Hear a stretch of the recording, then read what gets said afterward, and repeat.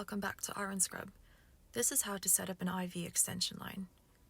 This is your final product. These are the supplies you're going to need. Your extension set. This is a 17-inch one. You're also going to grab yourself an ultrasight, and on the side, a curos cap, those little green caps, an IV push so that you can prime the line, and an alcohol swab to make sure to clean it prior to priming anything. Perform hand hygiene, of course. Normally in a hospital setting, you're going to go ahead and wear gloves.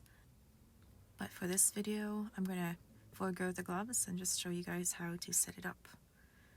So this right here has a female and male piece.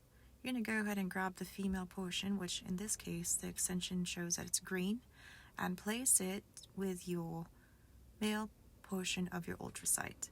The male portion of the ultrasight has a cap, and so does your female piece for the extension line. Gently twist the caps off like that. Be careful not to contaminate the middle portions, and then you're going to attach the ultrasight to the IV extension, push and twist like that.